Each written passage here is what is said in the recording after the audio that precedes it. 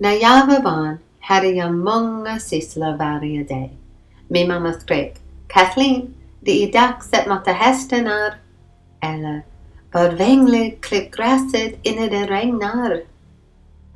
Ibland himlade jag med ögonen. En dag gav han min dotter råd. Kathleen, du kan välja att vara olycklig, eller så kan du sätta en leende på din ansikte och förvandla dig till rolig.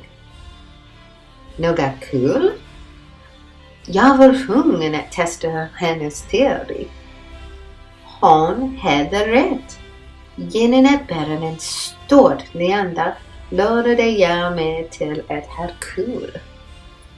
Hennes råd hjälpte mig upptäcka en enkelt sätt att förbättra mitt eget liv och livet för människor runt omkring mig.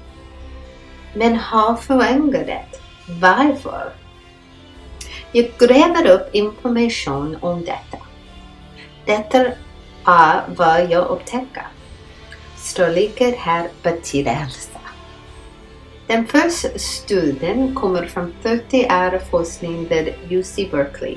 Genom att mata linjer i arvsbokfotografier, de bryduska leenden när rankas genomgången här i.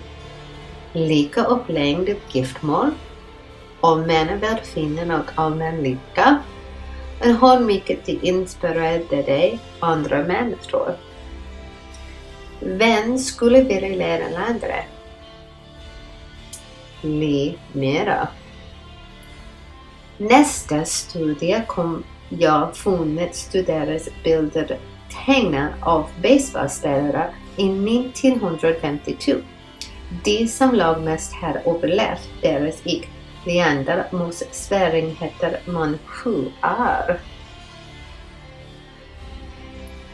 2 studier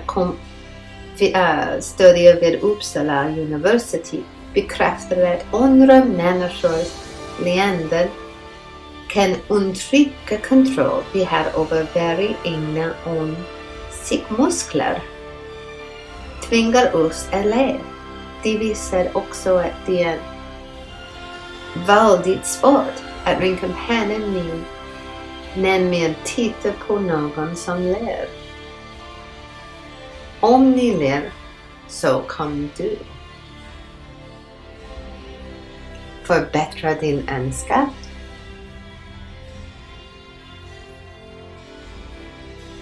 Framstår med sympatisk.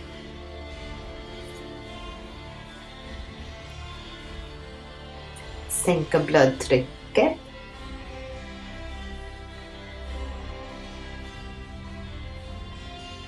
Känns bättre. Och förlåt. Kasta ner glömmer på födelsedag eller årsdag.